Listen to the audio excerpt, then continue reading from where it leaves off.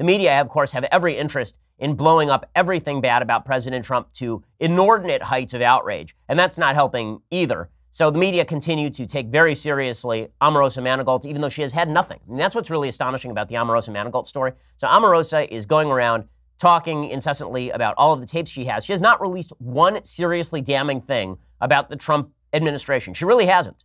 Now, all she said is that she didn't get along with Trump, she didn't get along with John Kelly, and now she says Trump was a racist after spending years talking about how wonderful President Trump was and how everyone would literally bow before him. Now she's going around and she has earned strange new respect from the media. So she's gotten most of that strange new respect courtesy of the folks over at places like MSNBC.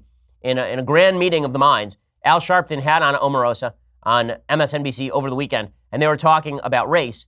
From Al Sharpton, a man who has legitimately participated in the inception of race riots in places like New York, Omarosa talking with Al Sharpton, race baiter par excellence, about why Donald Trump is going to start a race war.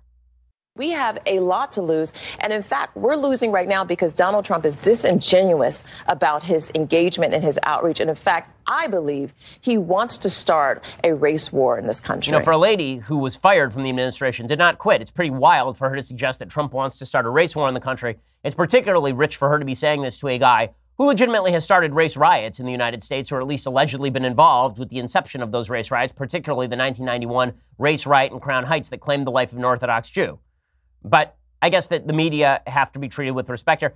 Al Sharpton certainly has to be treated with respect. The worst botchery of Al Sharpton's weekend was not actually his interview with Omarosa. It was the lead up to his interview with Omarosa. This is real. I'm not making this up. This is a thing that actually happened on national television.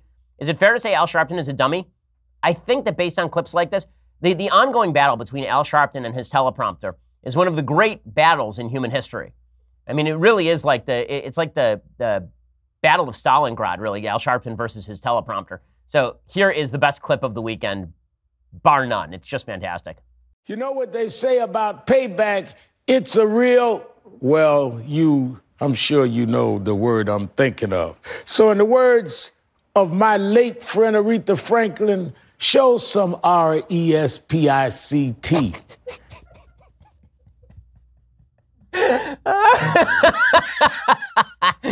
Oh, my goodness.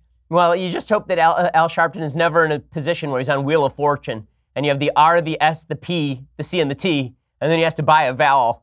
Because, my goodness, it's literally her most famous song, R-E-S-P-I-C-T. Tell us what it means to Al Sharpton. Just fantastic stuff. I can't imagine why folks don't take the media seriously.